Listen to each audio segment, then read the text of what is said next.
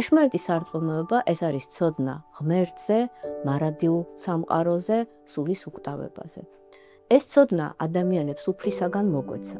ღმერთი შეუცნობელია, მიუწვდომელია, ამიტომ ადამიანის გონება უძლურია სულად შეიცნოს თავისი შემოქმედი და ამის გამო სწორედ უფლისაგან გვეძლევა ცოდნა აი ამ იდუმალ მარადიულ სამყაროზე.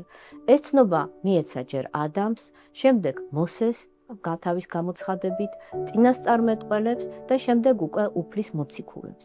ღვთის რწმენა ეს არ არის უბრალოდ დაჯერება. ეს არის ცოდნა, რომელსაც სავსეა ადამიანი. ეს არ არის ცივი გონებით რაიმის დაჯერება, არამედ რწმენა ნიშნავს, როცა გული და გონება ერთად არის და სრულიად გამსჭვალულია ამ ცოდნით. რაც უფრო დიდი იყო ადამიანთა რწმენა, მით უფრო უახლოვდებოდნენ ისინი უფალს და მით უფრო ემსგავსებოდნენ ეს წმინდა ადამიანები უფალს.